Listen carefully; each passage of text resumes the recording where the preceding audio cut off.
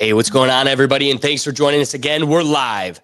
Welcome back to the Rethink Tank Live, where logic takes a lap around the madhouse we call modern culture. Tonight, we've got a wild lineup. First, internet saint Penguinz0 does the unthinkable. He turns off donations, and fans are furious they can't give a millionaire more money. Then we've got Hassan Piker's post-shot collar era. And let's just say the vibes are not immaculate. Some are calling it his black-pilled redemption arc. Others are calling it the fall of the influencer left. And finally, the Louvre. It gets robbed in broad daylight because apparently we're just living in an art heist movie now. So buckle up. We're diving into the absurdity, the irony, and the unraveling logic of a world that keeps making less and less sense each week. So right here on the Rethink Tank Live, let's kick it off.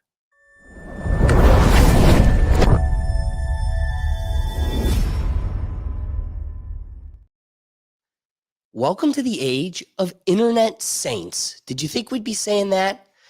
Let's discuss the story of Penguinz0, or Moist Critical, Charlie.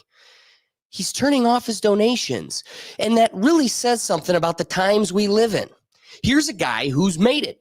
He's been doing this for years, built one of the biggest, most respected channels on the internet, and now he's saying, I've got enough. I don't need more. That's not something you hear often in this line of work. The content world is filled with people chasing views, clicks, sponsors, donations. They breathe it like oxygen.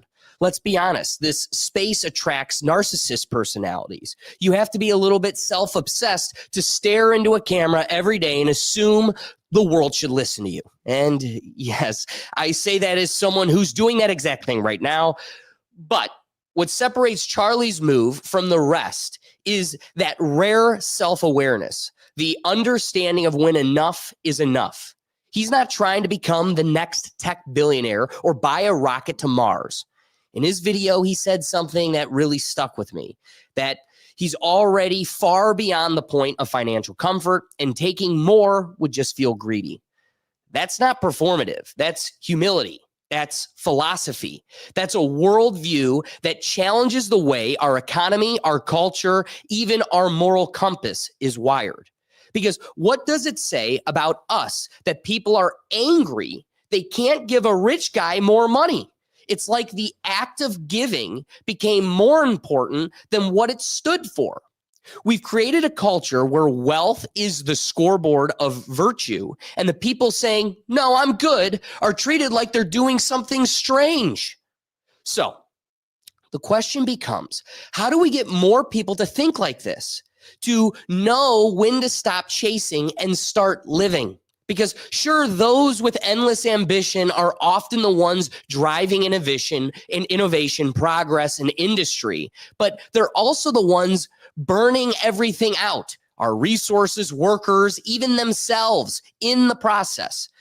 There has to be a balance between growth and gratitude, between creation and contentment. Maybe Charlie's quiet act of turning off the money machine isn't just about modesty. It's a mirror to all of us, a reminder that purpose matters more than profit, and that the real flex in 2025 might just be having enough. That being said, I do want to take it's like 4 minutes. It's worth seeing a good clip. He puts up this video on his channel. It's like 20 minutes long or whatever. And it really does bring at least some hope to the future. He turning off, you ask yourself. Hopefully not his contagious smile. Don't worry, that's going to be sticking around. What won't be sticking around, what I'm turning off, is pretty much every way of donating money to me. I'm disabling YouTube channel memberships and super chats. I tried to find a way to do this for Twitch since I multi-stream. I didn't want Twitch to have a way of doing this either, but Twitch is a little special. Once they get you in those nipple clamps, you are not getting out. Once you opt into like the partner program or whatever, you can't turn off bits or subs. The only way out is in a fucking coffin. But I do think I found a solution for bits where I set the minimum so incredibly high that I imagine nobody's going to spend that kind of money, I would hope. But for subs, I can't get rid of that. If I could, I would say toodaloo, give it a strong slap on the ass, tell it good game and goodbye. But from what I can tell, there's a lot of hoops to jump through in order to accomplish that, so I'm just urging you, don't sub or anything like that on Twitch. And the reason why I'm disabling all of these things and discouraging these things is because I just don't want people to donate money to me anymore. I don't want that. I'm putting the kibosh on it. I felt uneasy about it for a while, but I convinced myself that I could deliver something that made it valuable for people that were donating. So like YouTube channel memberships. I had all these big ideas for content I'd do at the farm for members, but what I didn't account for is just how much we do at the farm and how time consuming that is, so I haven't been able to film any of that. So you are basically paying money for nothing. And it's not just YouTube memberships that were getting a bad deal, Twitch subs too. All you get there is some emotes. Whoopee! Yeah, amazing. Yeah, some emotes that I haven't updated in like 4 years that are probably still locked at like negative 240p on some of the older ones. Like it is literally just money for nothing. And it's just been really bothering me lately. I would much rather you hold on to your money. Now more than ever with how everything's been going. I think it is crucial you get your finances in a fucking full Nelson and you just don't let those puppies fly willy-nilly donating clams to a goofball like me. If you're someone who just has all this money and it's burning a hole in your pocket, you have to donate it. You know, you have this insatiable appetite to just part ways with this money. Donate it to a charitable cause instead. There are so many good charities doing extremely good work that could be benefited greatly from your contribution. Like maybe you'd want to donate to a charity that's doing extremely important work in Gaza. Like that would be a significantly better use of that money than donating it to me. Like I would much rather it go to other organizations or other people in need instead of finding its way to me for literally nothing. Like there are just so many better options for your money than giving it to me. I really it's time I pull the plug on the ability to even do that. I have openly discouraged it for a long time, saying that what I do is free. You don't need to donate or anything like that. But people do still engage with it. And I want to just take that off of the table now. I feel like this is long overdue. It's something I should have done a while ago. Okay, so, you know, it goes on. I mean, this is a full YouTube video. You can go check it out. Go check it out. I mean, he can't get enough revenue. That being said, how funny is it that this happens within the same weekly news stream of Mr. Beast putting in all the filing paperwork to build a bank? The dude's just like, seriously, I'm going to become the Fed. We're having a conversation about a guy that goes, $30 million? Enough's enough. I'm good. And he's like, I'm going to be the Fed. Which way, Western man? It's like Mr. Beast has built himself as this big, beautiful, family-friendly channel. And it's like, I will suck your kids dry of every penny you allow them to touch their little grimly fingers on, and I will become Fort Knox. He literally did it just for bank fees. Mr. Beast is like, dude, don't even get my emotes. $3. You will soon pay me for Feastables. I actually looked it up. Guess what Moist Criticals, probably should say the full name. Guess what his net worth is? What? His net worth is $35 million. Yeah, there you go. And he goes, I'm good. Yeah. You know, because, and that goes to the consideration of the audience member. The people that you should be wanting to support are the people that are going, I just want enough to be able to do this full time. Let me unplug from the thing that distracts me from being creative and providing for you. And that's enough. People like Penguinz0 or Moist Critical, they will present themselves as that type of person. And like a Hassan Piker, who was a Nepo baby and it was handed to him to begin with, they get it and they get more and they get more and they get more and they get more. And it's like, well, I mean, come on. If you still buy the 2015 narrative of what Mr. Beast is, I take what you give me and I put it in the video and it's just compounding interest. It's like, no, those things are reaching pockets now. Oh, yeah. Those have fallen. The couple of the changes have fallen into wallets on its way down and still not enough. Oh, yeah. It's like Mr. Beast has so much money he doesn't know what to do with. Which I mean, like, kudos to him. Like, I wish I had that. I'm much, buying a dude. bank now. Yeah, To hold my money and yours. and the funny thing is like Charlie has the same level, not the same level of wealth, but enough wealth He to be could. like He could. If could he do that. had the vampire-esque mentality of enough is not enough, I must keep going. I am not done until I have it all, which again, how many times do I need to tell you on the show? The guy that created the game of Monopoly created the game to prove to people that the world of capitalism always ends, played out to its totality, ends with one person owning everything. I swear we're at about once an episode you're saying that now. Yeah, well, Yep. because it's becoming more and more relevant. It used to be cool when we were in the first couple laps in the game and property could still be bought. Well, guess what? All the properties bought, they all got houses, and now fewer and fewer people are owning those And properties. now more people are going to jail. Whew. Or ice just gone. Yep. But off the map. Wait, I thought there was a blue piece. Wait, what happened to the thumbtack that was coming around the map with us? Gone. You know, and it's what I love too about Charlie is like at his core is he's just a gamer. Yeah. Like he's just like, I just want to play my games. And we're all having fun. Yeah. But you know what? Unfortunately, I think we're having a little too much fun. I'm done. Yeah. I want to keep playing games. I want you to keep watching. Don't give me your hard-earned money. And there is this weird dynamic of human need to like thank you. But you know, this is my Starbucks coffee. I'm giving you just 1 cup of coffee a month. And he's looking at it like, guys, you've given me enough coffee. Too much coffee. Too much coffee. I'm getting nothing but cups of coffee. I'm sitting on about 35 million cups of coffee. I can feel my heartbeat. Too much coffee. One clip I do want to cut to is check out how crazy this part is. You don't believe me? Now he's pleading. You'll see. Different clip, different shirt. He's just like, please, I am trying everything, and you guys are oozing money out the walls. So let me show you. This is a little inside baseball behind the curtain. How do they make the money? See the analytics. This is crazy. Let me show you my analytics from my lifetime on Twitch. So in 2017 is when I really started like actually streaming on Twitch. I had dabbled in 2016, but it wasn't until 2017 where I got like partnered and everything. So from 2017 to 2019, I made $55,500 for those 2 years. And from 2019 to 2021 is when I took it a lot more seriously. As you can see, my time streamed went from 600 hours on the 2 years to 3,600 hours. And I made $1.2 million for those 2 years. Well, and this was before my Twitch contract, so the only ads that were running on my stream were like the pre-roll ads, the ones that Twitch I want to insert go to a different frame style. So this was still without ads, by the way. $1.2 million, almost It's crazy 1.3. how much is from Then ads. I got a You know what I mean?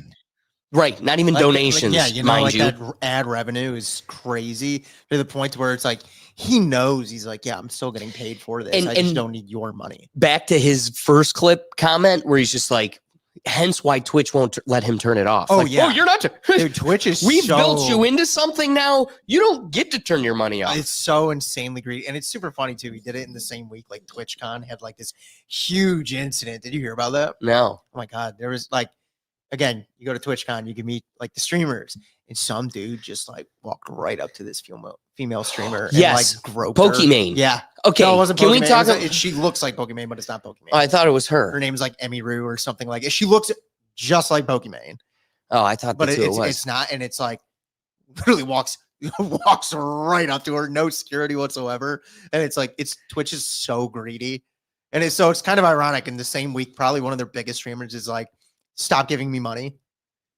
You know, I'm curious how Twitch is going to handle this. So I have this clip here. I just because we're talking about Pokimane, and it's kind of like it has to do with both topics, but more predominantly this one. There's a character that I didn't realize he's as divisive as he is. Asmongold is like, Oh, yeah. just like super racist guy, I guess. I don't know. That's what some of That's the what- background I've come across. Yeah, But he left me with some yucks. So not about with any of that stuff. Totally demean that. No, bad. But I just saw some clips. Anyway, this clip caught my eye because it's within like the momentum of this big story, right? Oh yeah. Penguinz is out here going, no more money. And then there's this cat, and she's just like, kill the rich. And we hate the rich. Anyway. Aren't you the rich? No, like the ultra rich, the ultra. Oh, yeah. oh, great. Oh, yeah, Thank you for the yeah. caveat there. Necessarily We far. hate the people that make $8 million a year. Well, how much do you make? $7 million a year. That's why I like Asmongold. Like, he is funny. Like, Hey, he that's is. what I Like, he mean. is. Like, he's very much like, he calls him out on it. And again, at the same time, you can say he's hypocritical because he is getting paid by Twitch, but it is like, it is funny. The platform does allow for like both personalities and both voices to be heard. Well, it's just crazy to consider like a Twitch stream or a Kick stream where the comments are rattling, right? And just donations coming in. And she's just like, I don't have enough. And, Oh, and it's yeah. like 7 million, 8 million. I don't have enough. And then there's this guy, please no more. Mm-hmm. And the fact that the money, who are these people that are like, Donald Trump hates me. The world is against the poor. But this person that isn't a doctor that saved a life, or they literally just give me some yucks at night, make me feel warm. I'm giving them my money. What money do you have to give away? No, didn't you hear me? I don't have money because the orange man bad and the government's against me. So who'd you give your money to? The nothing clown in the digital screen. But you have no money? I have no money because of the government. It's just like Some clown that has a tax the rich shirt just, you have no money management. yeah, no. And it's, oh my God. Like, it is funny when you get to, like, when you really dive into like the Twitch personalities. Cause for you, I would listen to like people like on YouTube, like YouTube commentary channels, just kind of like go in on these people. And it is funny the level of greed that like the Pokemains and individuals like them that would just give me your money, would be getting donations on donations on donations, begging for more donations, and just be like, these rich people suck. And you're like, you're in the 1% now.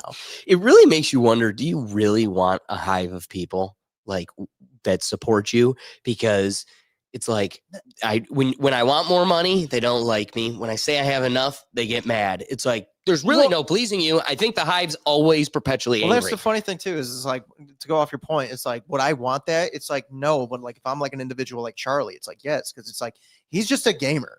Like, he really at his core, he just likes to play games, chill out. He doesn't really get like too like controversial in his conversations or whatever, or like kind of go at anything like that.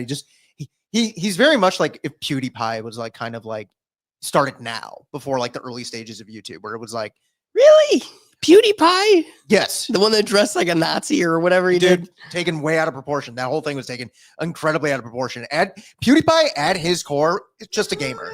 He's just a gamer. Like, We'll give you some background. PewDiePie's thing was he essentially went on like an Omegle, right? Or something like that, and told people to dress up like that, and then they did.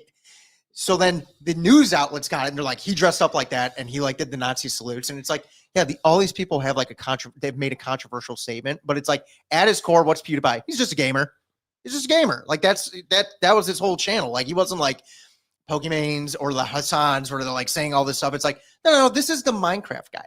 This is like, that's all he really was. And it's like, Charlie is like the more like Twitch streamer equivalent of that now, where it's like PewDiePie was like 10, 15 years ago. It's like, now it's like, well, now you have a Moist Critical. It's like, after a while, PewDiePie just was like, I remember like, I forget like the other YouTube big streamer. It was like a group of people. It was like kind of like a group, and like, I couldn't think of the word. Conglomerate. Conglomerate. Yeah. Couldn't think of the word. Excuse me. And they were like vying for like the #1 subscribed YouTube channel, and it would go back and forth and back and forth and back and forth. And after a while, like PewDiePie even made a thing. He's like, "Hey man, I'm getting married. Like, I kind of like would like start this family." He just sort of like stopped doing it because he had made that much wealth. He's like, I don't really need to do this anymore. And like, he just sort of drifted away. The one thing people always go back to on the PewDiePie thing is the whole Nazi thing. And it's like, if you actually listen to dude, it's like, dude, he's not a Nazi. He just got into this controversial like incident where like plenty of them have gotten into, like Mr. Beast is always getting into stuff like that now. And it's like, no, he just like kind of went away. He's like a MySpace Tom kind of thing. I made this platform, I sold it, disappeared. Like, he's just sort of gone, kind of like that. And it's like, that's like Moist Critical is kind of in that vein. Ninja's another one in like that vein where it's like, these guys just want a game. Like, they're just like gamers. Like, they don't really have like controversial takes. They just like to make their games. And it's like, at some point, like, they reach a level of wealth where it's like, I don't need you guys to give me money anymore. I'm making so much money on the back end from this thing Twitch isn't going to get rid of Charlie. Like Right. they love their money bags. The pay pigs that like they get like their individual streamers that are like that. That's why like people that are like that, like Hassan and them will like make these controversial statements, and it's like they don't get in trouble, or like they get a slap on the wrist at best, a 2-3 day ban, completely break terms of service that should get you banned off the platform. They put them right back on because they make them a ton of money. So that's like kind of like when I look at Charlie, I'm like, no, he's just like, or like a Jinxie. Like, it's just like, he's just a gamer at heart. Like, he just likes to play games. People like his personality, and that's kind of the way it is. It's like, and then you have this other side of Twitch where it's like, sure, Pokimane is a gamer, but at the whole time, it's like, it's just her on a screen with like in the bottom right-hand corner is her gameplay. It's like, people are like, just want to hear her talk or whatever. And it's just like desperate guys or whatever, just like giving her a ton of money. And the whole time they're giving her a ton of money, she's like, I need more money. So it's kind of like that duality that you find on Twitch. So for Charlie to do this doesn't necessarily surprise me, because it's like, I've never been like a devout viewer of him, but like throughout the years, it's like, he's always kind of seemed like this guy. He's like, yeah, I'm not the biggest fan of Twitch, but it's given me this avenue. But it's like, at some point, I won't want you guys to just be my income. I don't need you to be my income, and that's not fair to you guys. Right. Well, and one of the things that I draw upon with the comparison to PewDiePie is, Charlie's at a point where he could just fade away. Like, I have enough money. I literally don't have to work again in my life. He has like an esports team or something like that. He's like in a band as well. So like he's got like other like things he does too. Well, if he's doing esports, so this guy is really good at video games. Oh, he's like almost like a nearly ninja. a professional. Yes, like it's like that's why I made that comparison. I'm like, these are just like true gamers. Like they just like to play new games.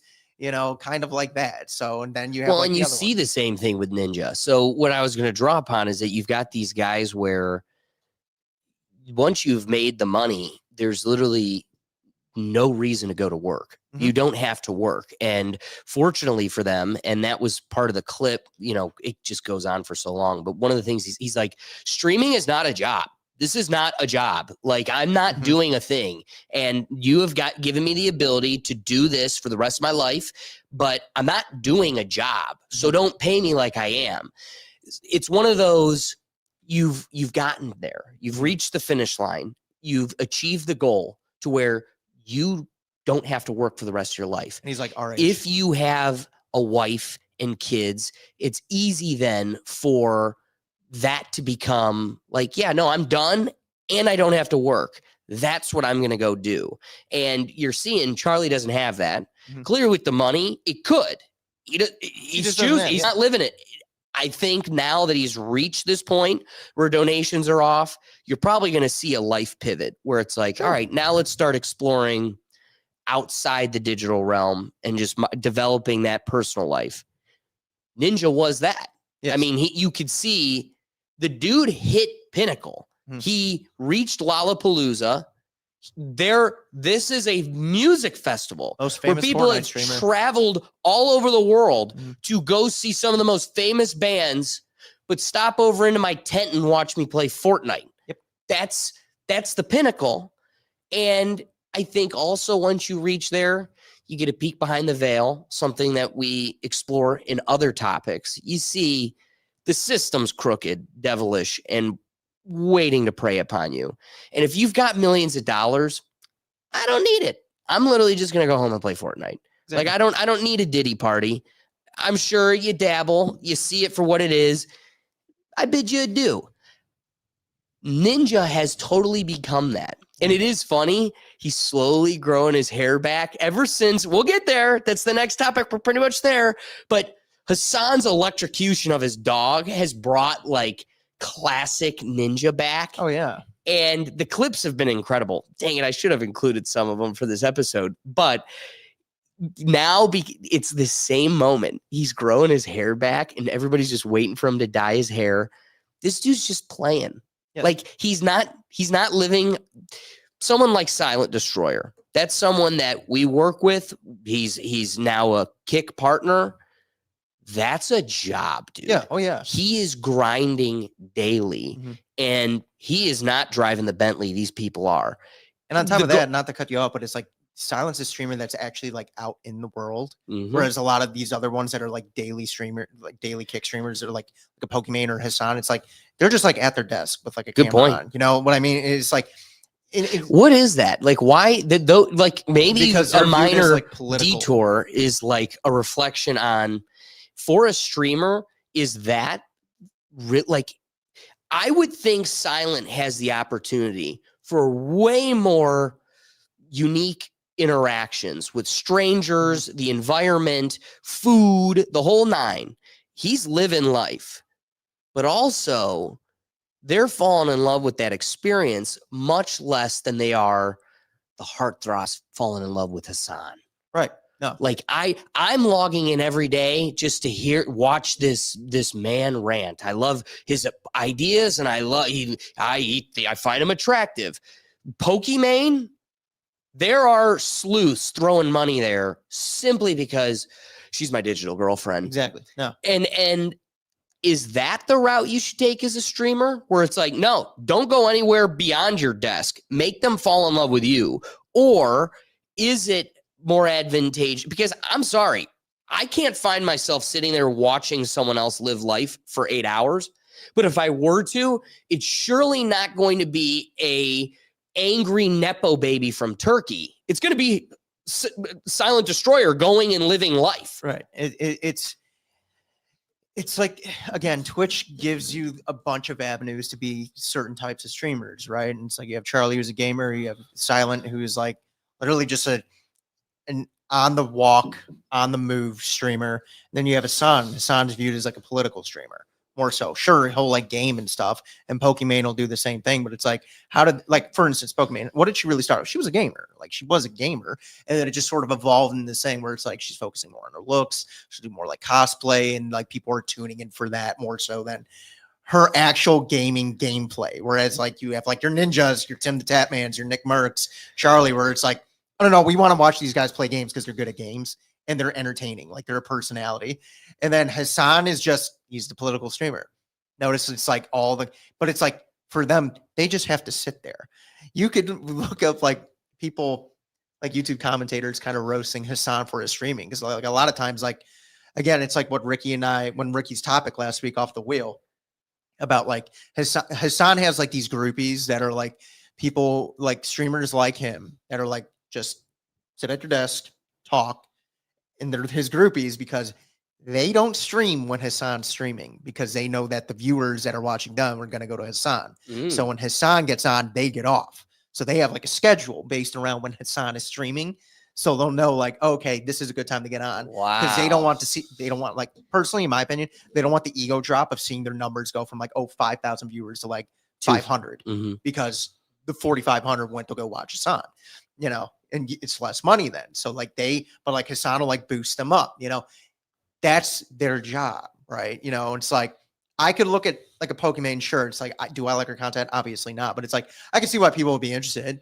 You have like desperate guys would be like, oh no, I love this. Like you said, this is my girlfriend, right? These aren't gamers. And like Twitch was a gaming platform. It's now just evolved into this other thing by these other streamers. And it's like, that's why it's like, Ninja doesn't say controversial stuff. Sure, it might say like controversial gamer stuff, but it's like he's just gaming.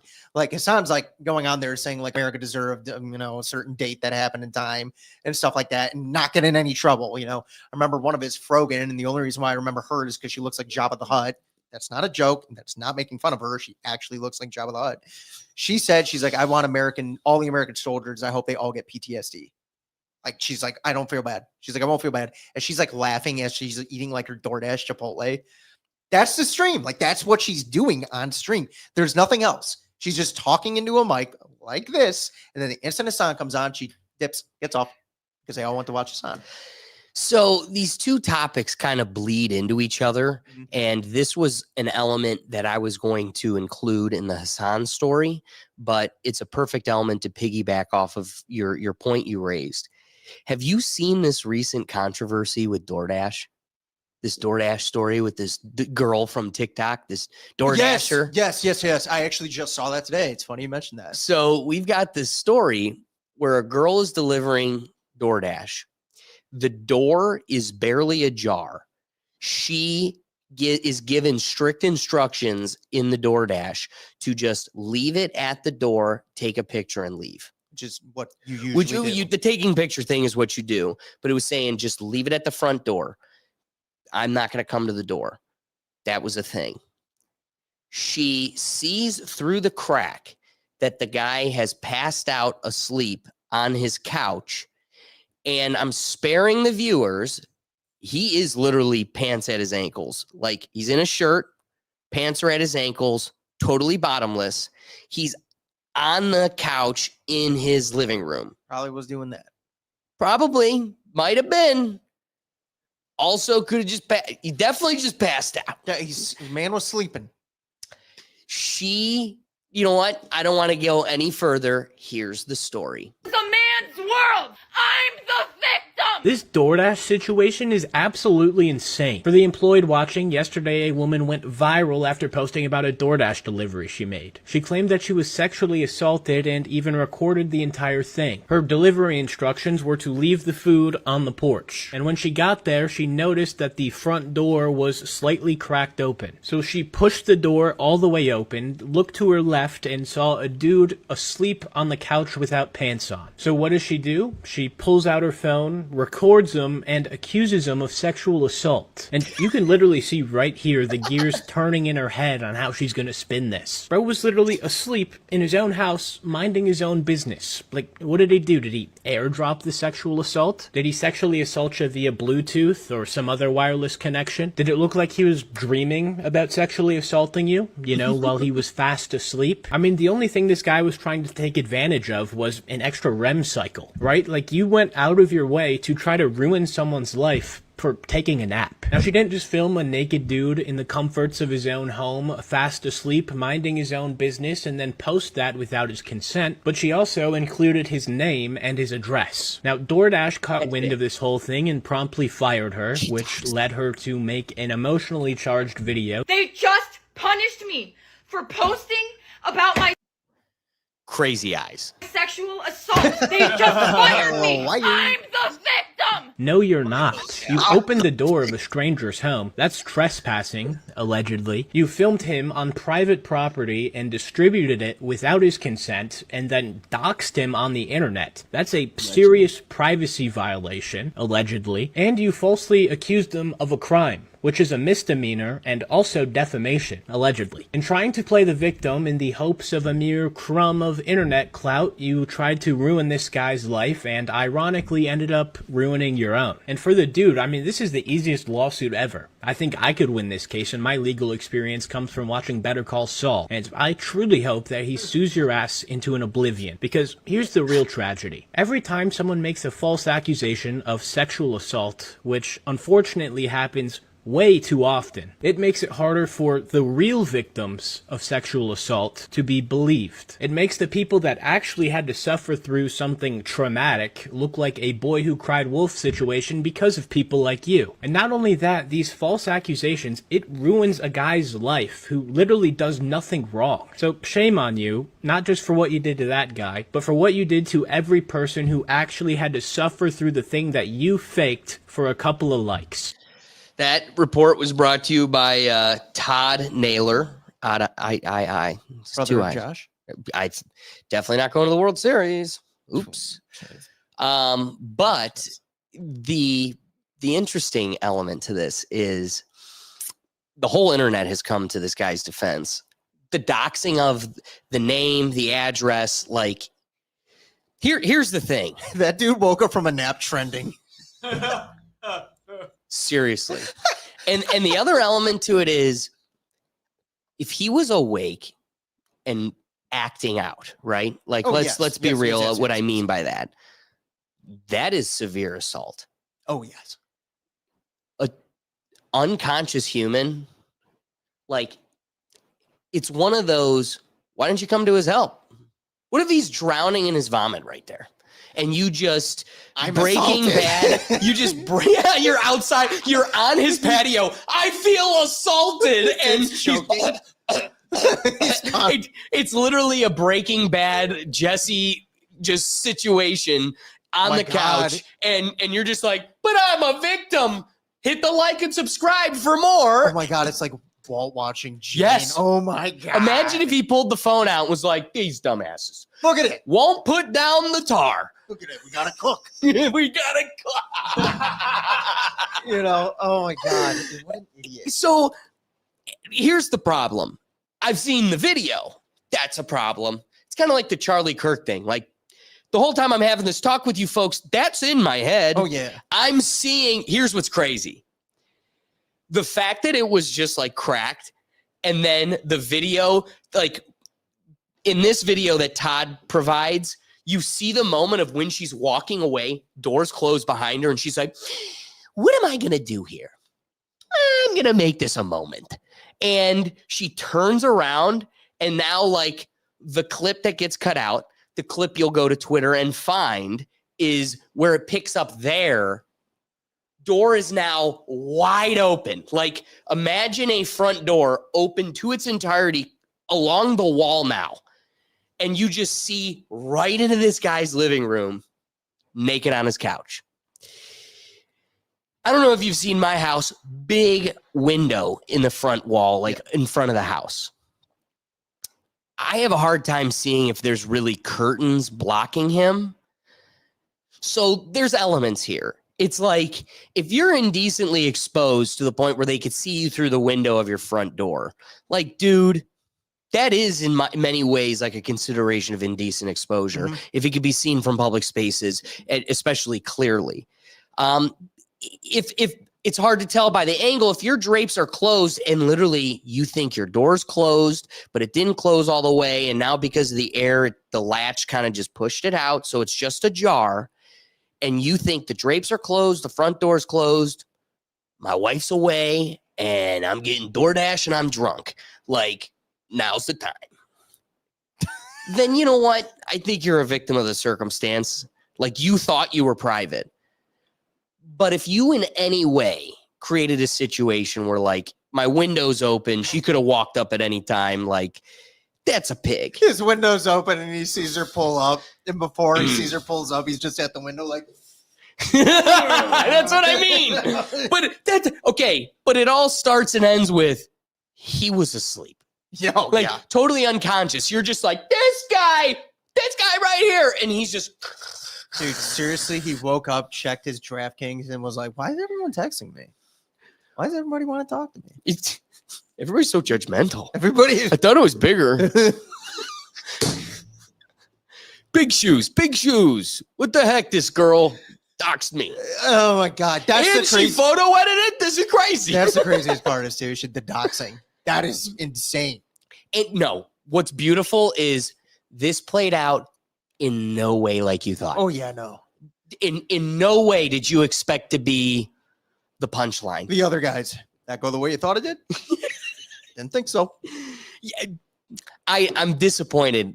Preparing for today's episode, there was a few more clips I wanted to include. There's a perfect somebody AI'd a doll of her, and it's just like this screaming doll, and it's like you went to the internet thinking I'm gonna use this weapon and fly it to the Dude, she saw a stars. paycheck. She wanted That's her. No, all she wanted And- was her 15 minutes.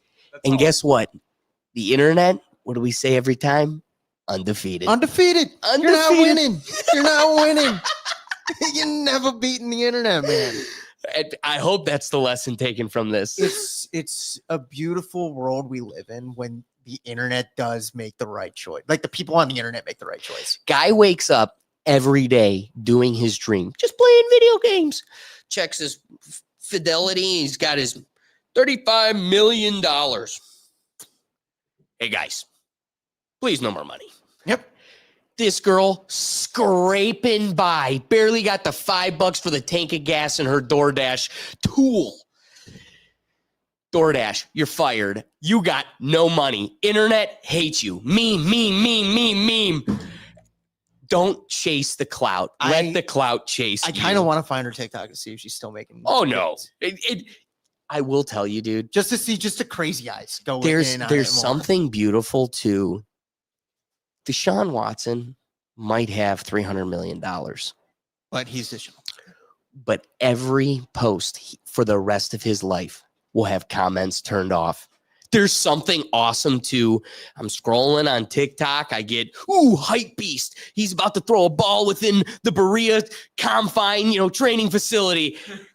Comments off. I'm like, You don't want to hear what we got to say? Ooh, afraid of the people? I have a thought.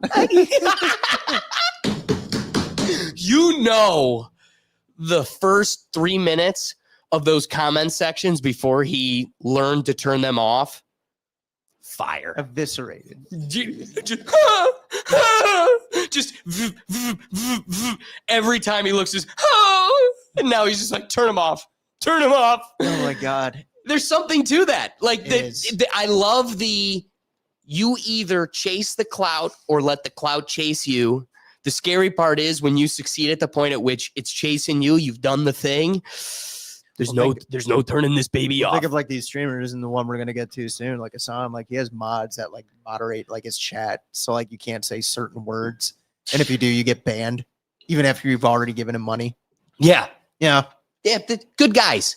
Care for the people. That's a perfect transition. We'll have to get the Hassan point here. So, do you have any other wrapping thoughts before we close out the topic here? Not really. I mean, like, hey, good on Charlie. And it's like, I'm sure like a lot of the other gamer ones at some point are. I wouldn't be surprised if like a Tim the Tatman, Nick Merckx, Ninja at some point. Because again, these guys just want a game. Like that, they use Twitch for what Twitch actually is, and it's a gaming platform. Like that's what it was made for. It was literally made to, you can watch your favorite streamer's game. And then it evolved into what Twitch is now. But like for these, I mean, like, and the ones I named are like the ones that are like unbelievably generational wealthy. Like they'll never have to worry about $1 from like a subscriber again. And again, like we didn't really get into it, but like Twitch ad revenue, it's like that's where their big money's coming from. At some point they probably look and they're like, dude, they go to these Twitch events, they meet the people that subscribe to them, and it's like, dude, these are just other gamers that like, I'd rather them go and spend the money in the games they want to play, and then we could all be playing the games together. There's not a greediness level to a lot of those guys. Like I highly doubt Ninja's greedy for your money. Right. I But here's the cool thing that your point made me realize, no matter what, the trend has now been set. Like a standard has been laid out. Now fans will go, how much money are you going to take before your enough is enough? it's like 35 million. It's like, that's generational wealth. Like generational wealth. That's 35 million. Right. Imagine like 10 million. Like you could argue that's generational wealth. Like even then right there. And so for me, it's like, yeah, I could see a lot of these guys kind of following suit. Just be like, yeah, just turn off the subs, donations. Like it's all good, guys.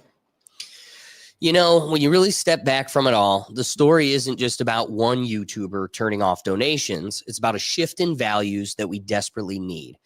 For too long, we've glorified the more mindset, the grind, the hustle, the endless accumulation. But maybe the next evolution of success isn't about getting everything. It's about knowing when you've got enough.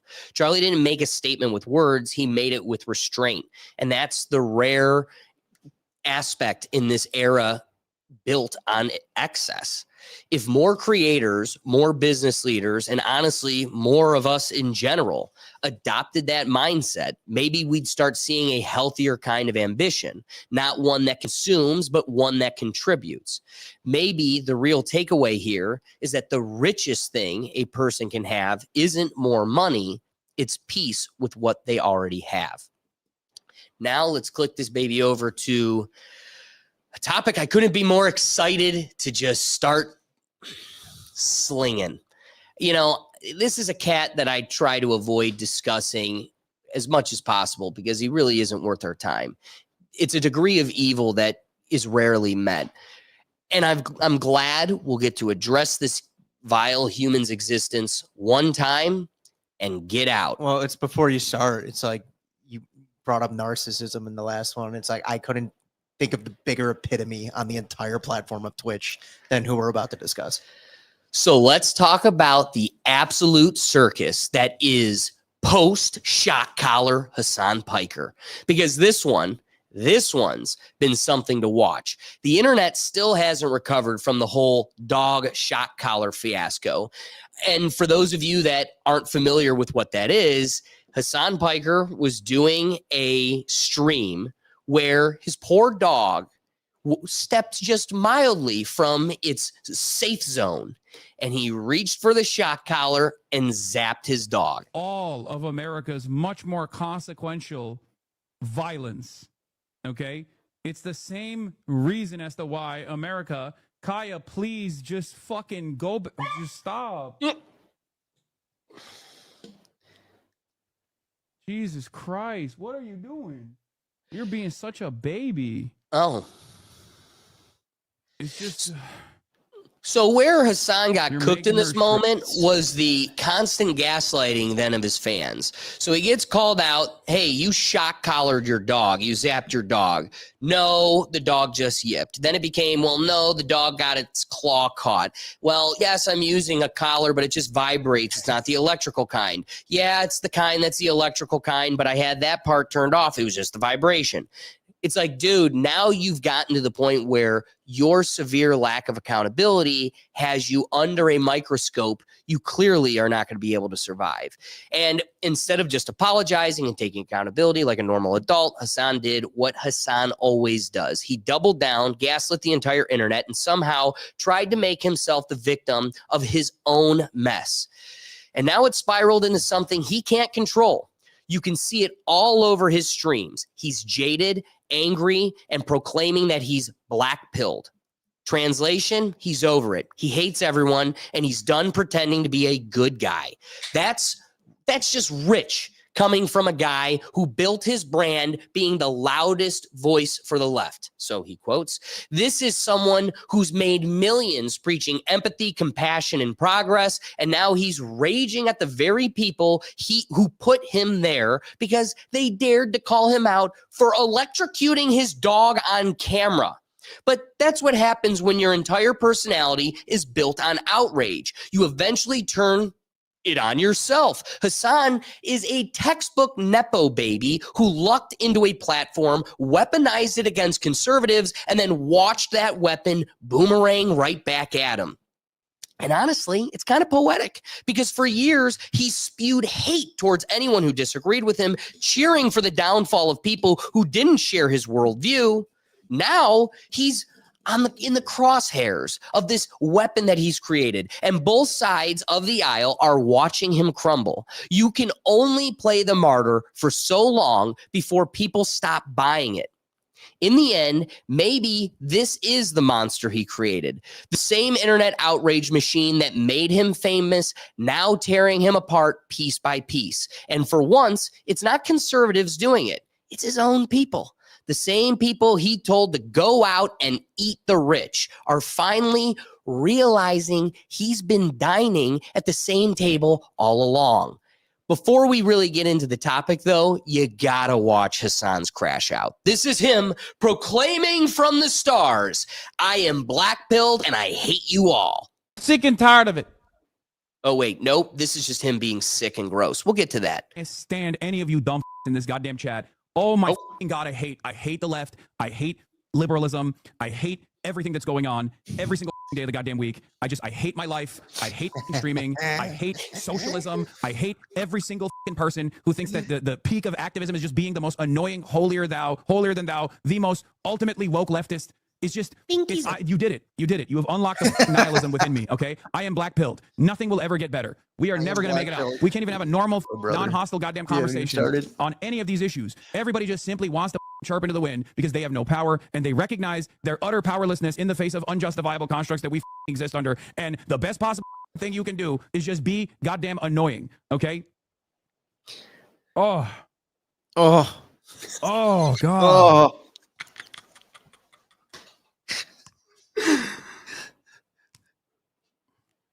It's pretty good. Right when the reporter was asking you about optimism. We're halfway. I want to just shut it off, dude. I want to shut everything off. I just want to go away. If I wasn't so goddamn stubborn, I would have a long time ago. Oh my Lord, dude. Would you? I 100% think you should someday go on sub-only mode. No. What do you mean? The most annoying people are literally like the 40-month subscribers.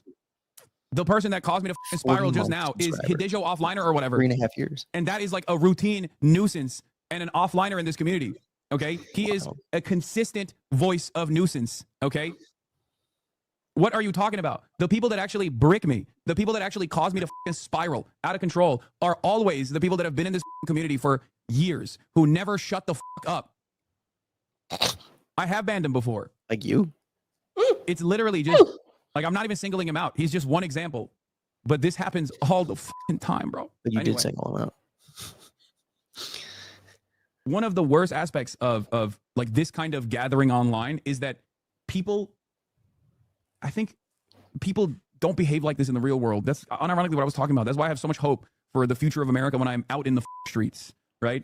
Because I see grandparents and I see kids and I see regular ass folk that see right from wrong and they say, F this. What do you mean? You're just like kidnapping my neighbors. Get the out of here.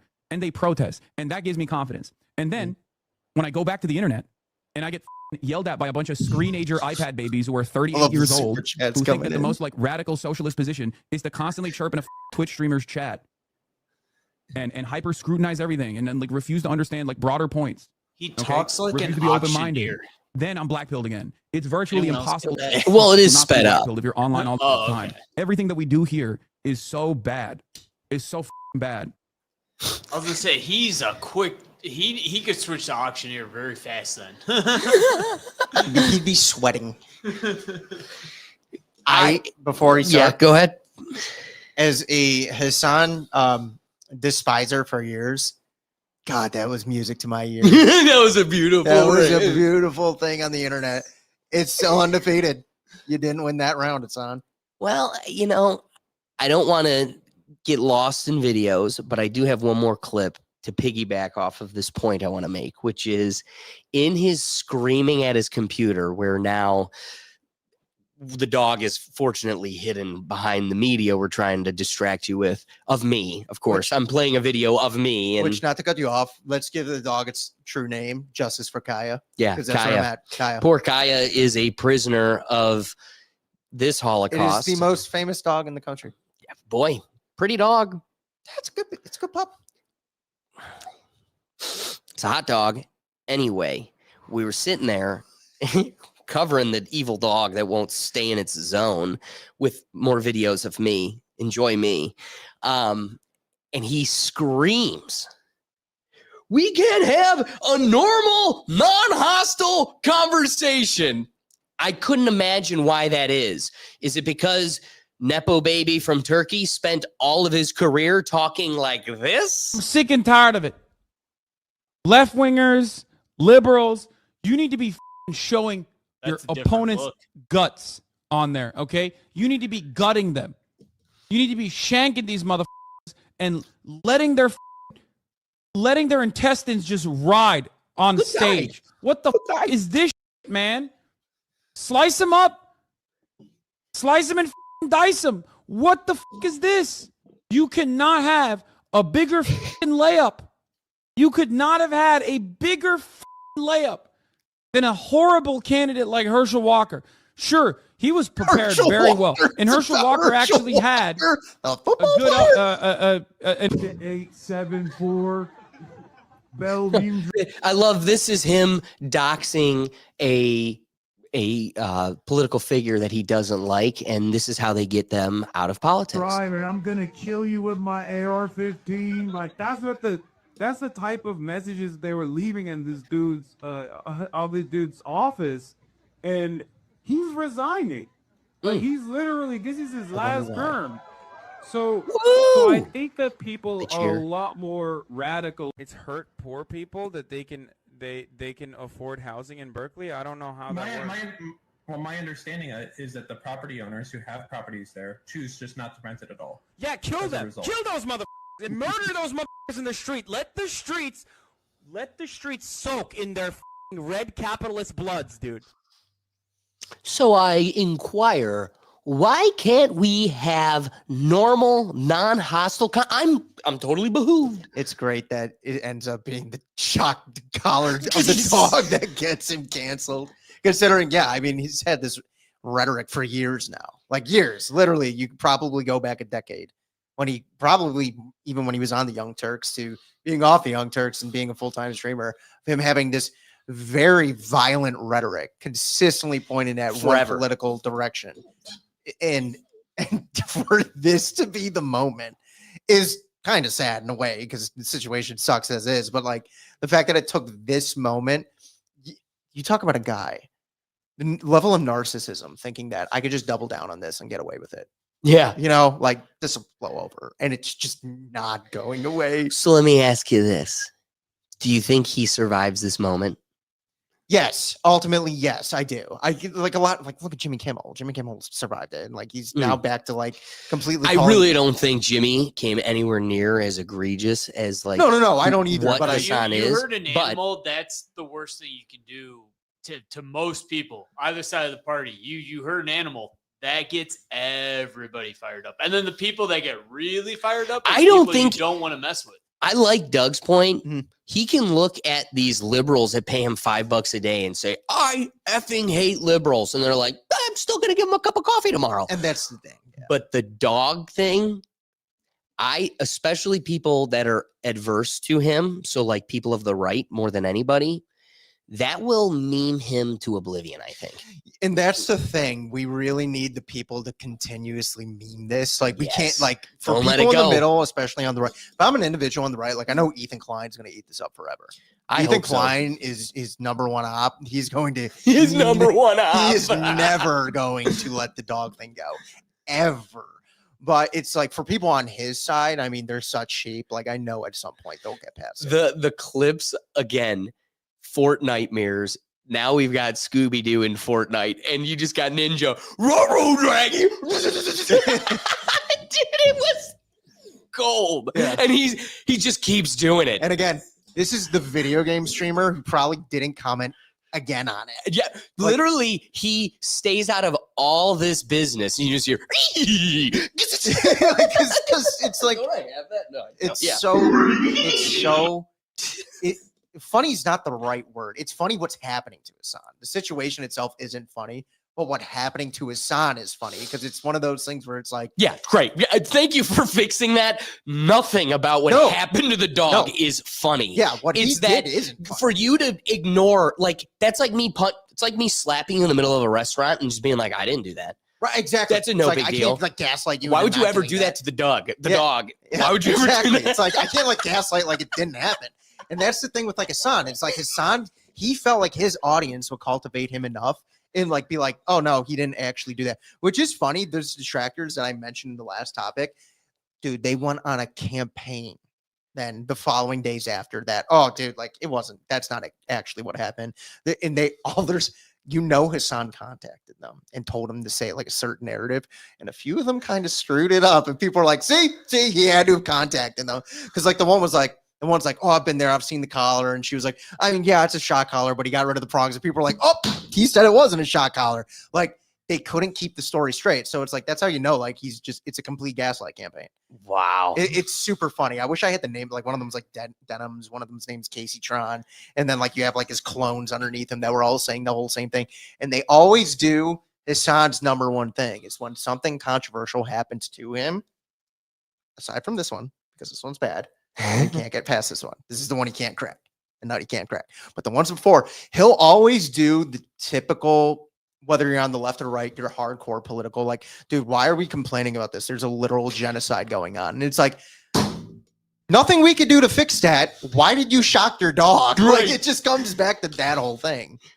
Doug, I feel bad. You were jumping in. Do you have? I was just gonna say, like, even in movies, people feel more sad for animals getting hurt. Any animal, not just a dog, but dogs are man's best friend. Mm-hmm. And it just made me think. It's like, honestly, you guys remember the Will Smith I Am Legend? Yeah, I Am Legend, the dog scene. Saddest part of that movie in my entire mind. Saddest part. My entire mind. The dog. There's some corners where killed. That's some things you get away. It's like oh, people might go, but Will Smith sacrificed himself, and blah blah blah. No. The saddest part in that movie, and anytime a dog is hurt, I always go back to I Am Legend. I always think Marley and Me. You love that dog. Marley and Me is the hardest I've cried from a movie. Oh yeah. Me, my mom, my sister, and my grandma, all on my grandma's bed, sobbing. Yeah, no, that's another one. Dude. That was a rough one. That's another one. Owen Wilson, heartfelt goodbye to the dog. Oh yeah, we've all been there. What's the one that I'm thinking of where it's Frankie Muniz, where Spot. My dog dog Spot. Yeah, my dog Spot or my dog Skip, whatever the hell it was. Skip, it was Skip. Yep. That one's the one that I literally saw. Now, I do want to point out a real world like piece of media. Don't F with cats. Oh yes, yeah. The fact that a guy was a serial killer roaming Europe, just going from different locations, posting some of the most vile stuff online of him committing these Straight crimes. up O.J. Simpsoning people. Yep. Then he starts vacuum sealing kittens, and they're like, the manufacturer of that blanket can only be in 3 countries. That doorknob in the back can only be made at this hotel. It was mailed to 5 hotels, and like they literally narrowed it down to this hotel in Amsterdam. It always reminds me of the Shia LaBeouf story then too, where like they triangulated where it Yes. was. Like it's like that's the hive mind of like the internet, like where it will take you to, and it's like that's why this dude the videos. Here, how about this? The Shia LaBeouf thing and Don't F with cats. What motivated people in the Shia LaBeouf thing? A good old-fashioned troll. Yes. Like, you will not silence us. And people are like, we'll find a way. And then there's like, but also don't F with cats. Yeah. It's literally the human hive is motivated by 2 different things. 2 extremes.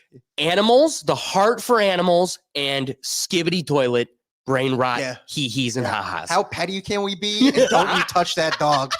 Like that's literally it, and it is beautiful. In a way, it is beautiful. The way it works. I love it. Yeah, We're jokes and animal people. yeah, yeah.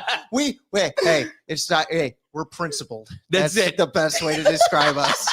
You know, We stand for things. yeah, you know, and it's like that's the thing with the Hassan thing, and it's just it's such a beautiful thing to watch because like there's like a lot of like stories around Twitch right now. You got the Charlie thing, you got the TwitchCon controversy, which is like I'm glad you didn't talk on that because like that's Tell me a little bit. I didn't know. It's about just a simple thing. It's just like it's because it just happened again. These 3 things happened within like the span of 10 days of like one another. Like you had the Hassan thing start, then TwitchCon was this most recent weekend, and Charlie made his announcement last week. And the TwitchCon thing was the sexual assault thing at the event where like the lack of security, and then Twitch's announcement afterward where they're like, you know, stuff happens, and people were like, it was really bad, dude. I'm surprised you did.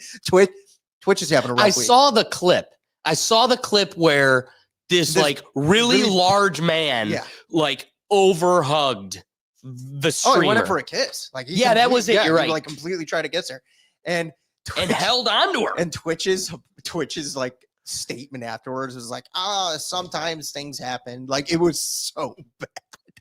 We give you enough money, hire your own security. Essentially. Oh yeah. And like then the streamer, like I remember she got on and she was like, they banned like my personal security from like being at this event like 2 years ago. So they just are allowed to use Twitch's security, which is like 2 people for like each streamer. Wow. With like just a litany of people waiting to meet him. And you don't know who these people are, right? Like they're weirdos, you know? Right. Especially like she's a kind of like Pokimane like streamer where it's like probably weirder guys are really in this and really trying to meet her and probably don't wear deodorant. You know, those are those kind of people. And then you have the Hassan era of Twitch. So these are like, we're really highlighting like the 3 main things. You have the political commentator ones, which Twitch, a lot of them are leftists, like very like not even like Democrats, like very hardcore, extreme left wing ideological cult.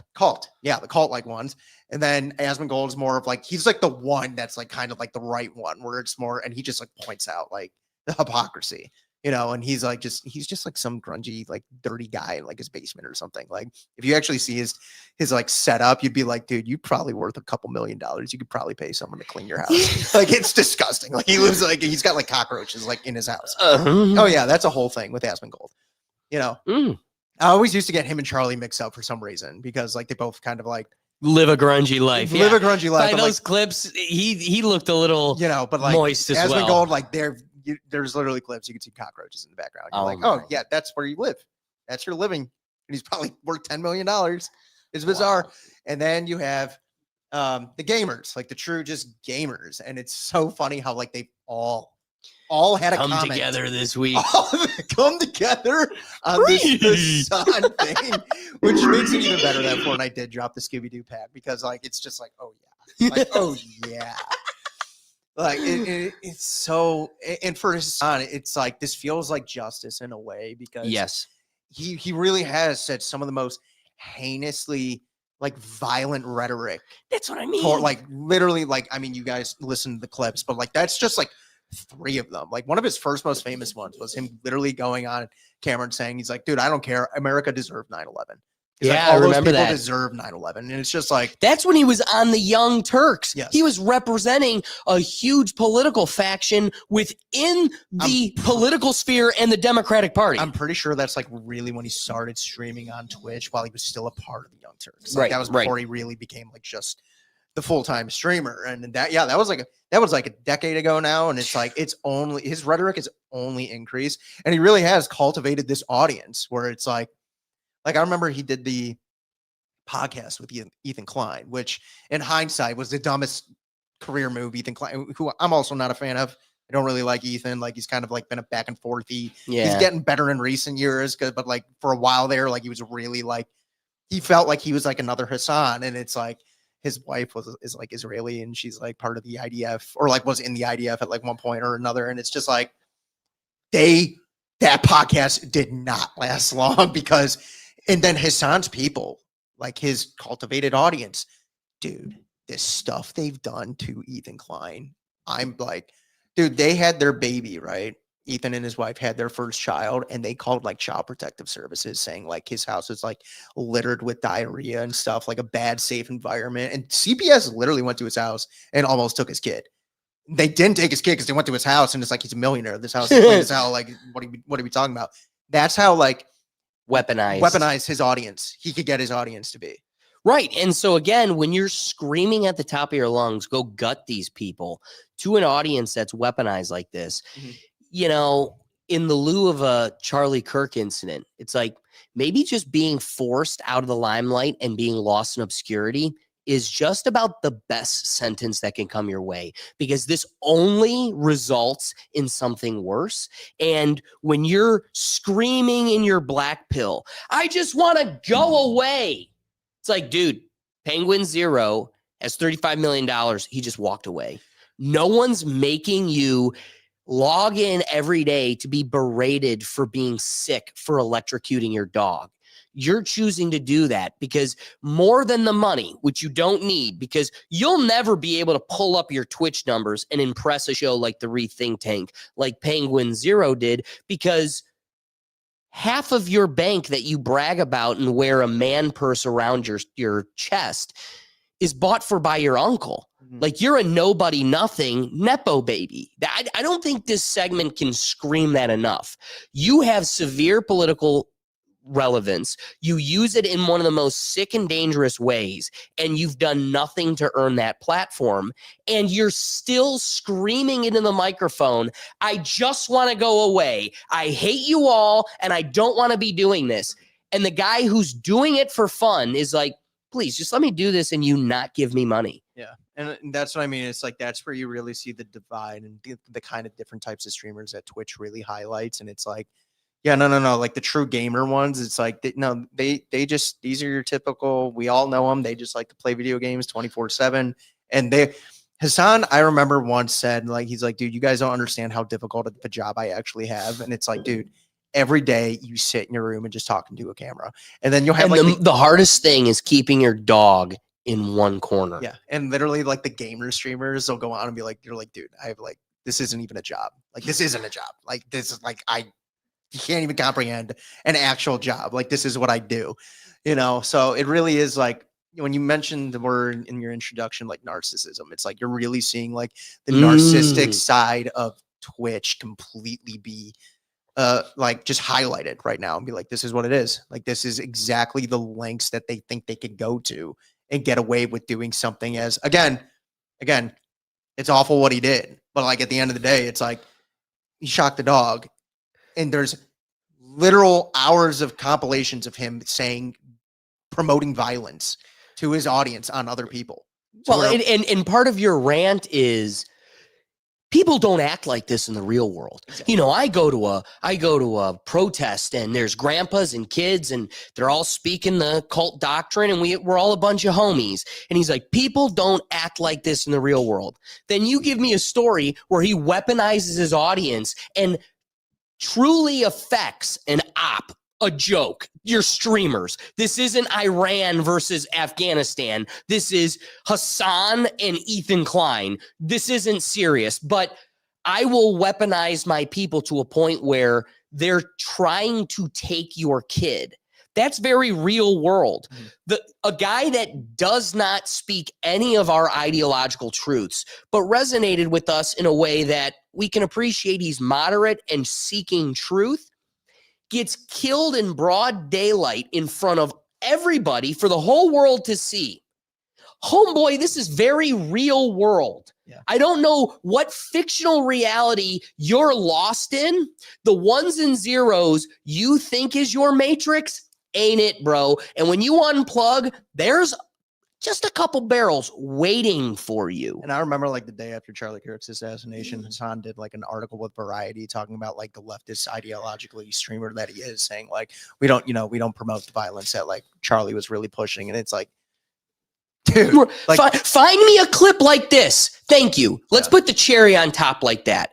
I'm sick and tired of this very sick cult faction of our society being justified in dancing on the grave of a martyr, someone who literally never pushed harm, just had a differentiating idea or perspective than yours, and you believe that is justification for their death. The fact that every person who ignorantly supports or does not expel the murder of Charlie Kirk, none of them can find a clip of Charlie calling for a single one of Hassan's truly violent acts. Yeah. Gut them, bloods through the streets. We need to eliminate them. He invited them to the table for a dialogue to challenge each other. Challenge me. Get me closer to truth and reality. You're making this real world that you find so safe the hell space that you called for decades. Yep. Yeah. So any wrapping thoughts? I mean, it's just like, it's a beautiful thing watching what's happening to Hassan.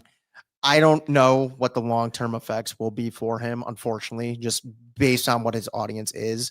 I know at some point his audience is going to just move past this and forgive. Like, that's the sick reality. I really feel, but it's the people that are in the middle, and especially the people that don't like him on the right. He's never going to live this down. And he's never going to live this down because it's like just literal zero accountability. Yeah, you're very right. At the end of the day, Hassan Piker's downfall isn't really about one dog collar or one bad stream. It's about the inevitable crash that comes when ego replaces authenticity. You can only fake virtue for so long before the mask slips. What we're seeing is a man who's become a victim of his own hypocrisy. The outrage he once used as a weapon has now turned on him. But maybe there's a lesson here for all of us, especially in the world of the internet fame. If your career is built on moral superiority, it only takes one spark to burn the whole illusion down. And when that happens, no amount of gaslighting can shock the public back into believing you again. So, this next topic is pretty wild. We had to kind of unplug, bring us back into reality, but reality now feels like a movie. We have a straight up jewel heist at the most famous museum in the world. In the Louvre, breaking news, there was a robbery in broad daylight, which was the more fascinating element to it. So, in a stunning daylight heist that has left the art world reeling, thieves brazenly targeted the Louvre Museum in Paris, making off with 8 priceless pieces of French crown jewelry. The audacious robbery unfolded on Sunday, October 19, 2025, when a well-coordinated gang of 4 individuals disguised as construction workers used a moving lift to access the museum's second floor. Before I continue that report, let me show you we'll show this again, but literally, this was it. Truck ladder, pulled up to the building. We're just some construction workers. This was like a classic YouTube joke into Coachella, but they got all of Napoleon's jewelry. So they disguised this moving lift to access the museum's second floor, and once inside the Galleria de Apollon, they employed angle grinders to smash open display cases, swiftly seizing items of immense historical value. Among the stolen treasures were a tiara and earrings from Queen Mary Amelie and Queen Hortense, dating back to only the 19th century.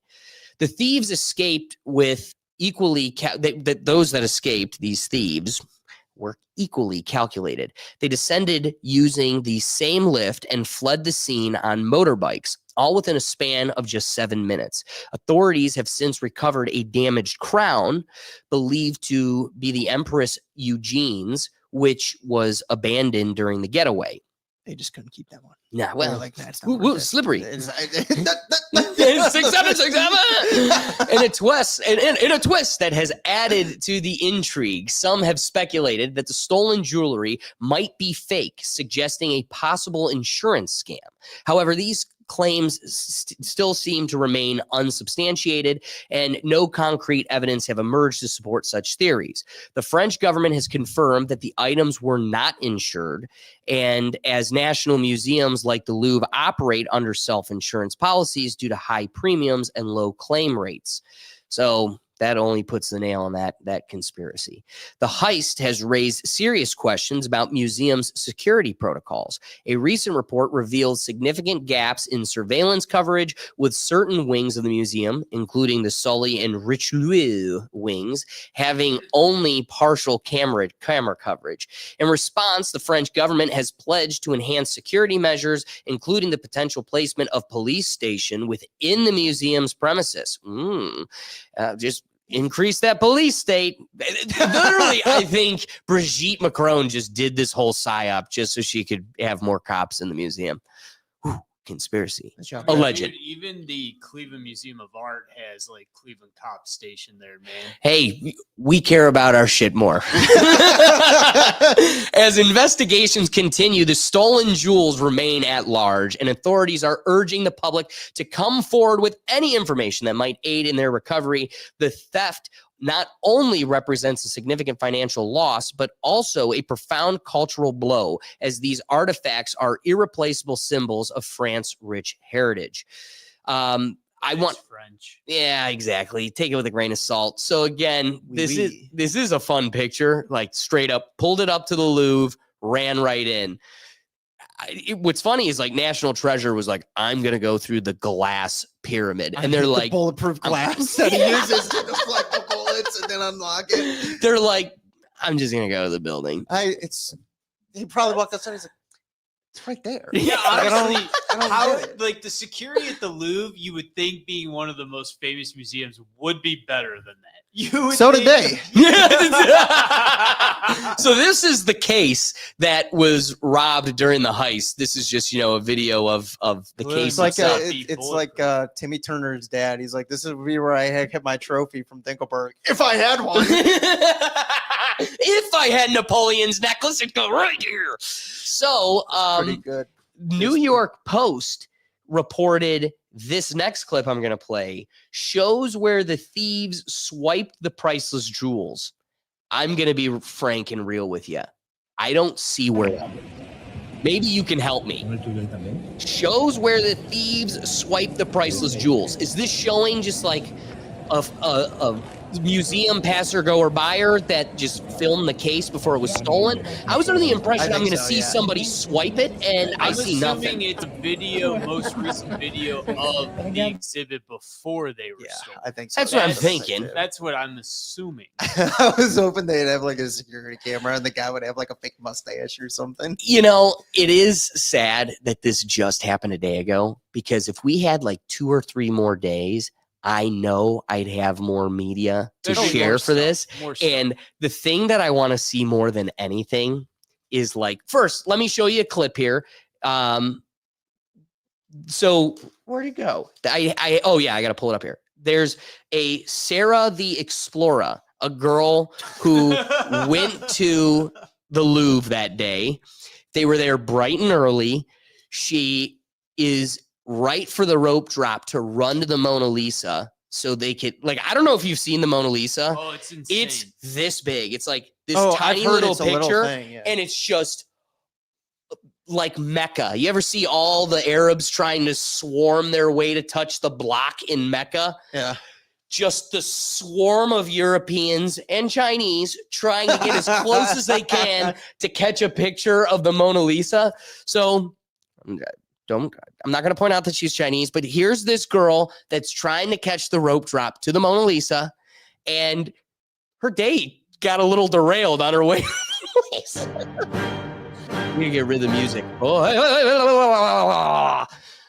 Okay.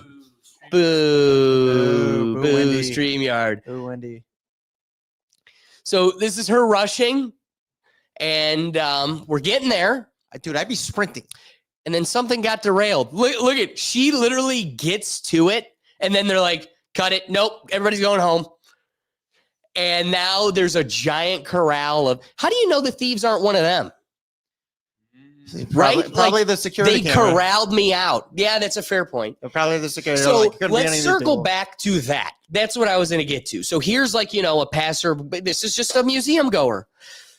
I would love to see the old lady that got up at 5. This is, I only get one day at the Louvre. like the This golf is my course. day at the Louvre.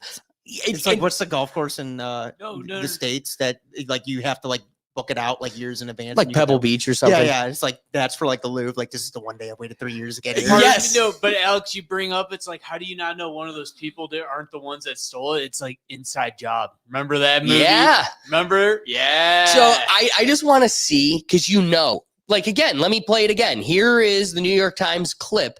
Look at, StreamYard, what are you doing? Look at how many people are around this case.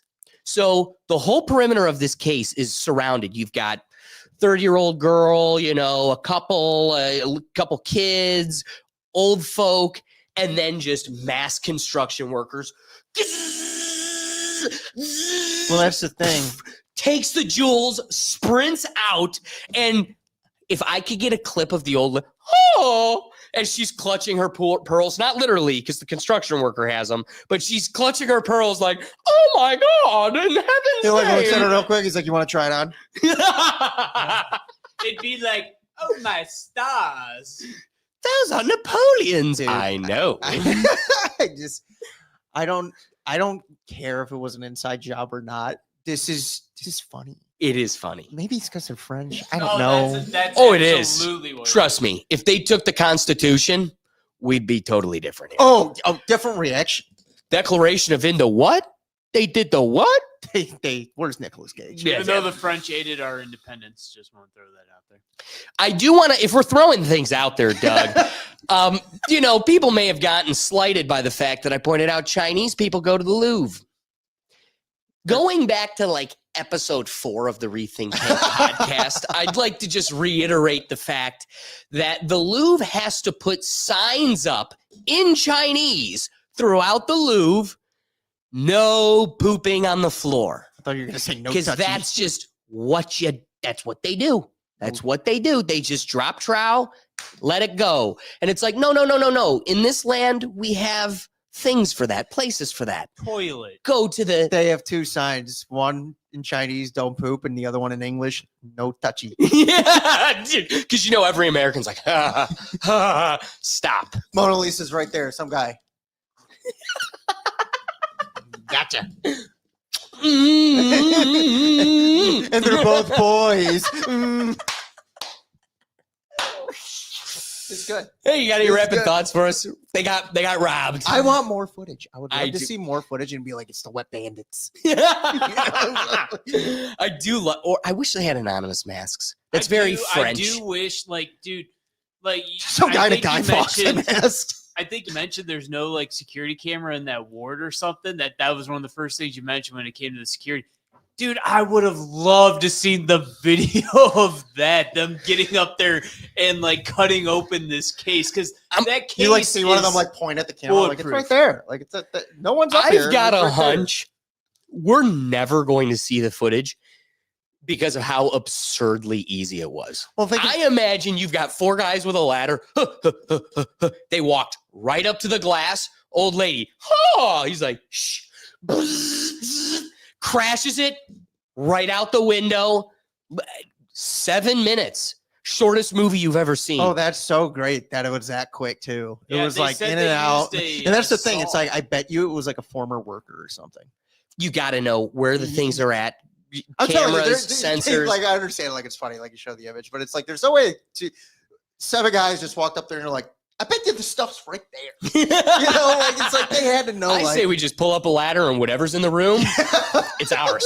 they go into the room and it's like, crap, it's the Mona Lisa room. Just imagine that feeling. You're halfway up the ladder and you're like, we're doing this, I guess. Oh, yeah. It's like the Dane We're- Cook skit. I just wanted to kick a door. And I didn't want to do a B&E. You're climbing and there's foots in front of you and foots behind you, and you're like, we're doing this. And then thing. there's people just getting coffees. Yeah, they're like, they're doing an addition And at the then- Louvre. Can you believe Yeah, that? I wonder what they're going to add there. I wonder. Sacre bleu! They're building out the Louvre. No, Gergate, you got that wrong. It's I surrender. they literally came through the window, and the lady was like, "Take them, they're yours." Oh my god! Like, and just knowing, like, they just get on speeder bikes, and it's like they just drive off, and it's just like that easy, huh? Like, it's I've heard of this place, and like There's so many directors that were like, "Man, that I just needed a couple camera angles. That would be a great addition." that's the thing. It's So like give it there's- a few years, that'll be a movie. Oh, it's gonna be a movie. Well, it's like, oh yeah, it's gonna be so dramatized. You're gonna have Owen Wilson in it somehow, and it's like one of those. Oh wow! Oh wow! It's no one's here yet. Will. It'll be Nicolas Cage. Come Yeah, on. it's Yeah, better be Nicolas Nicolas Cage. I'm gonna steal Napoleon's crown. We do have to agree, though. This has altered like all conception of what's possible as far as thievery goes. Oh, Because yes. most it's like in the dead of night, got to know where the security is, got to have a spray so you can see where the lasers are and you walk through them. This was, you open at 8, I'll be there. That's why I do Like, think it. right when you open, yeah, like you, That's and what I it's an think inside job. You know what's the perfect time to break the seal, where things are at. This is the most vulnerable corner. These are what's within its area that's accessible and worth your time. Yeah. You know, that's the thing. It's like I'm sure, like, probably half the guys that did it were like work there Well, at some usually point. will in most movies they're gonna look at security and be like, all right, who's come here multiple times, who looks like they've cased the area, Right. and then they're gonna find out that that person happened to have been in the area the day of the theft. Like I Right. feel like they're good technology, cameras everywhere, dude. Okay, let's be very clear as far as intelligence think goes. of, not to cut you off, but like think of like that. Remember when we did that topic when those people sat in the chair? Yeah, Yeah, and they like got away. or they Like, broke just, an like, art. Yeah, they just like exhibit walked chair. away, and it's like, yeah, that's how it is in Europe. Like here, it's like, Okay, that's how it is in Europe. But the comment I was going to say is to piggyback off of Doug's point. God's chosen people, number 1 in intelligence. They own us, the U.S., so we're number 2 in intelligence because we're half them and we're half independent. Number 3 is the French. Like, what's hilarious is you lose all the wars, you have no global respect, You you keep surrender. pissing in the environment. You're the reason the environment sucks. And you have the 3rd best intelligence in the world. Blows my mind. I'm with Doug. I think they're going to be like, this is our thing. You can beat us in a war, but we will find you when you take my jewels. I think they're going to amaze the world and be like in 2 you're not going to see the film because oh we're no, they don't ashamed want. of it. They don't want.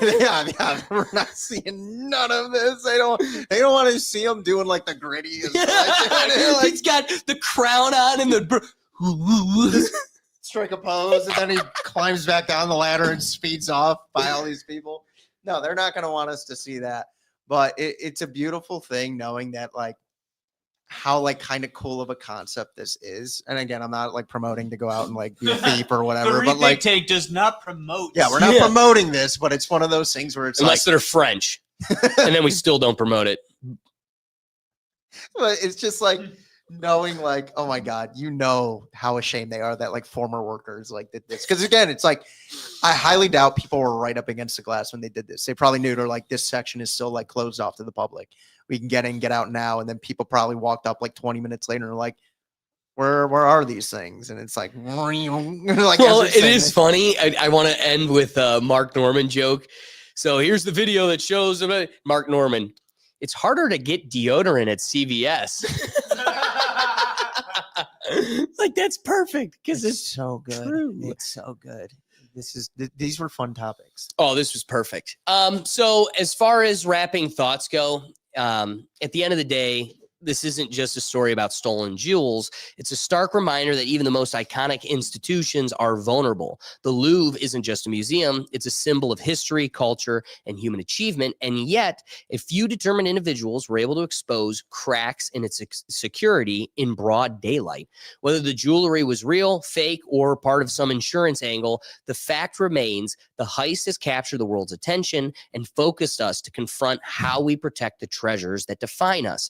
One interesting thing I do want to add is this has changed the element of museum heists because the focus has always been protecting the art, like paintings, vases, things that they could sell elsewhere. Mm-hmm. The thing about jewelry, I guess, is when the value of it is because it was Princess Diana's or something. That element you can't sell on the market. So it is as valuable as the raw material, the gems, the jewels, and the metal. So the scary part is when people get their hands on these crowns, because you can't get that exceptionally higher value, they immediately smelt it. So you can't know what it was, and it's immediately broken down to its raw materials and disseminated.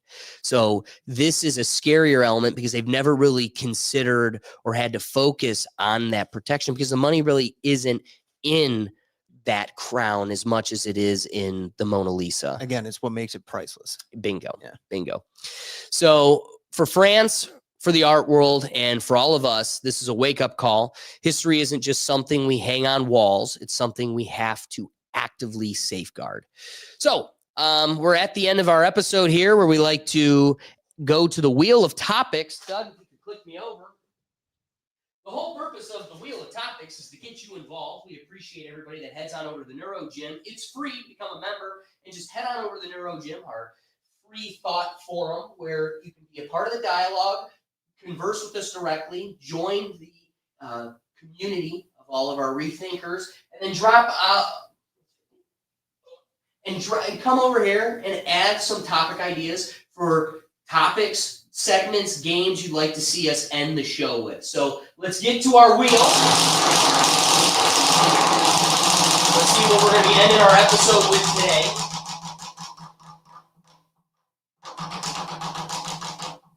Whoa! It's not like this was perfectly picked and curated for today. So, if you've noticed, the wheel is our new. Let me actually, Doug, I'm going to grab a t-shirt.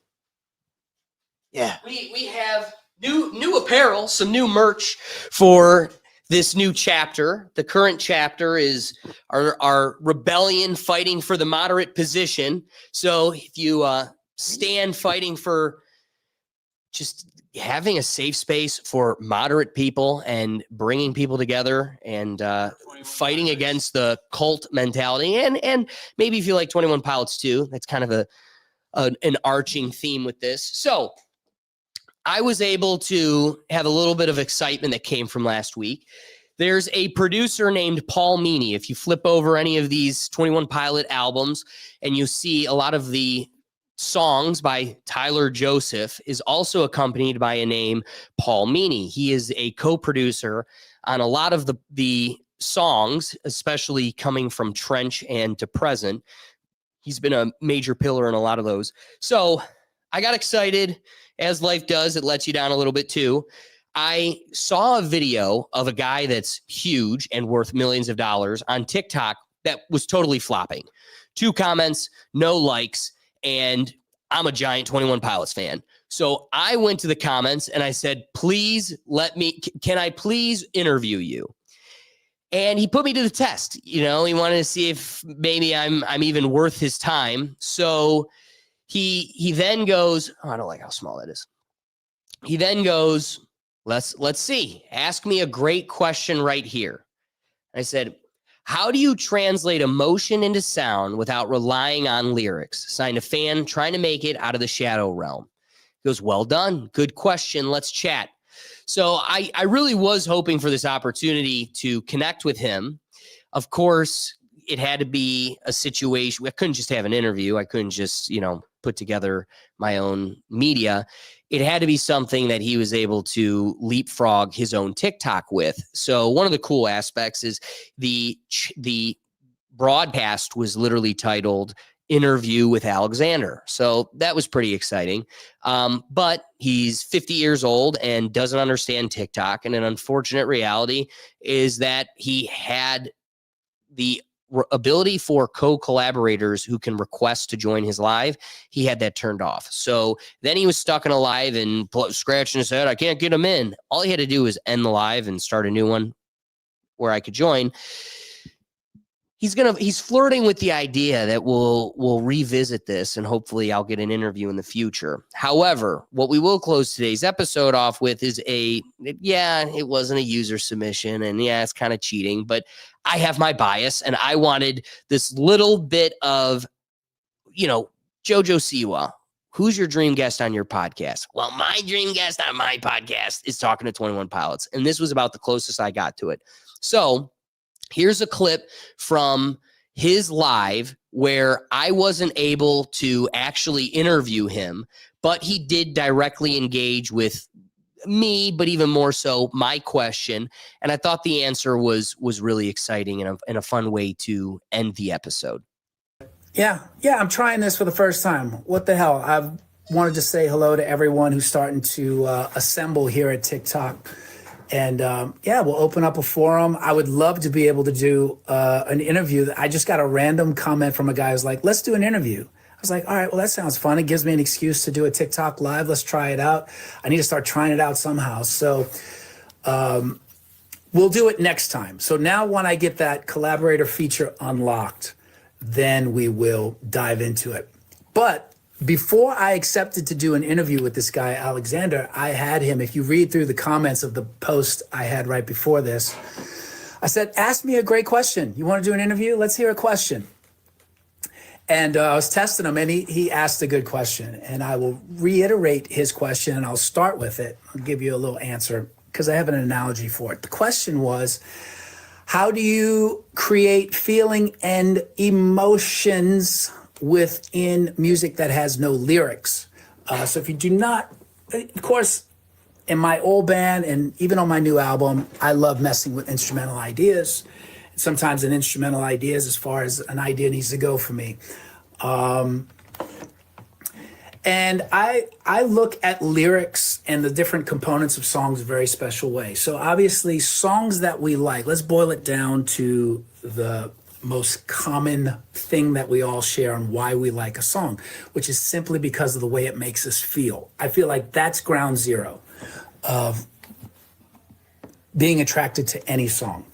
And the way it makes us feel is a combination, I feel like, of a melody against a certain chord progression, whatever that is. It could be simple, complex, but it just has to rub a certain way within a sound design that gives us a feeling. And then once it grabs our attention, I feel like then lyrics come into play, and you start to understand what the message of the song is. But even without lyrics, what that melody is, I love the Quincy Jones story of someone asked him what is the most important part of the song, and it's melody. Melody is the most, if you only get to pick one, it's melody. It's like, really? How? And he goes, I'll prove it to you. Sing Thriller. I think Oak Felder told this story. I love this story.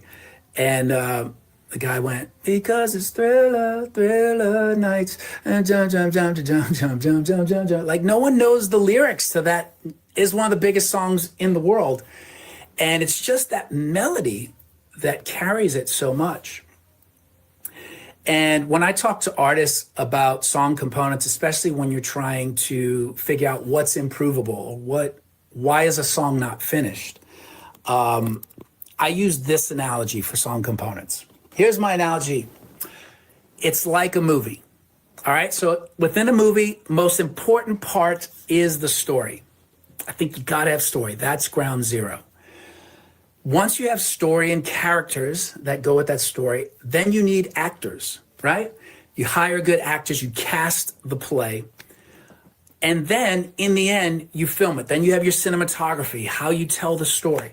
But if you have a good movie, the effect of a good movie is you won't notice the cinematography and you won't notice the actors. They all disappear into the power of the story and serving the characters and the whole story arc, right? And that's exactly what I feel like a song is doing. And in the analogy, the story of a movie is the chords and melody of a song. That's ground zero. And I would say the lyrics are when you casting it. You are casting it, trying to find the actors to communicate this story. And in the end, production would be the cinematography. And a lot of times when I get demos from new music makers and up and comers, especially now, a common song mistake that a young music maker will make is it's all about cinematography. And it's great sounds. Gosh, I get so many great sounding demos and there's cool production choices. And I feel like with the tools that we have now with sample packs and just like what you can get on a laptop and what you can create, you can mess around enough and make really cool sounding stuff because you can pull from cool sound sample banks.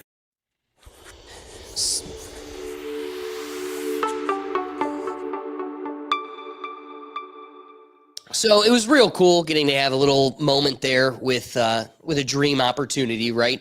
Of course, I'd love to have an actual interview with 21 Pilots. I would consider him being a part of that interview. If I spoke to him, I'm speaking to 21 Pilots. But remember, thank you, Doug, for the reminder. We're doing hashtag 21 Pilots Licks or LXI so they could host the 2027 Super Bowl halftime show. And then also, dang it, hashtag 21 Pilots Fortnite skins. Why is this so hard to accomplish? I thought that would be the easier of our podcast goals here. We got Scooby-Doo before him. Yeah, what the heck? I mean, I'll take that. Oh, yeah. So, thank you, everybody, for joining us. We appreciate everybody that jumped in the comments. The whole purpose of the live show is to get you involved. So we appreciate you adding another element and perspective to our conversation here. But with all the yucks along the way, if we made you laugh, if we made you think, the best thing you could do to support what we're doing here is hit that like button and share this so we could get over that hurdle of these algorithms that are holding us back. And, you know, if you liked it, that means someone else you know will too. So pay it forward, help us out, and be sure to share and subscribe so you don't miss us because we're here every Tuesday at 7 p.m. We also do our shows on Sunday at the Reactions channel, get a little break from the politics and the social chaos, and just get some laughs on a Sunday morning when you wake up and have your cup of coffee. If you're looking for one central place where you can find all of this, that's at our website at www.rethinktankpodcast.com. So be sure to head over there so you can join the Neuro Gym, find yourself featured on our wheel, and converse with the community directly. We want to hear from you. So we appreciate you joining us, and we'll catch you next week. Peace.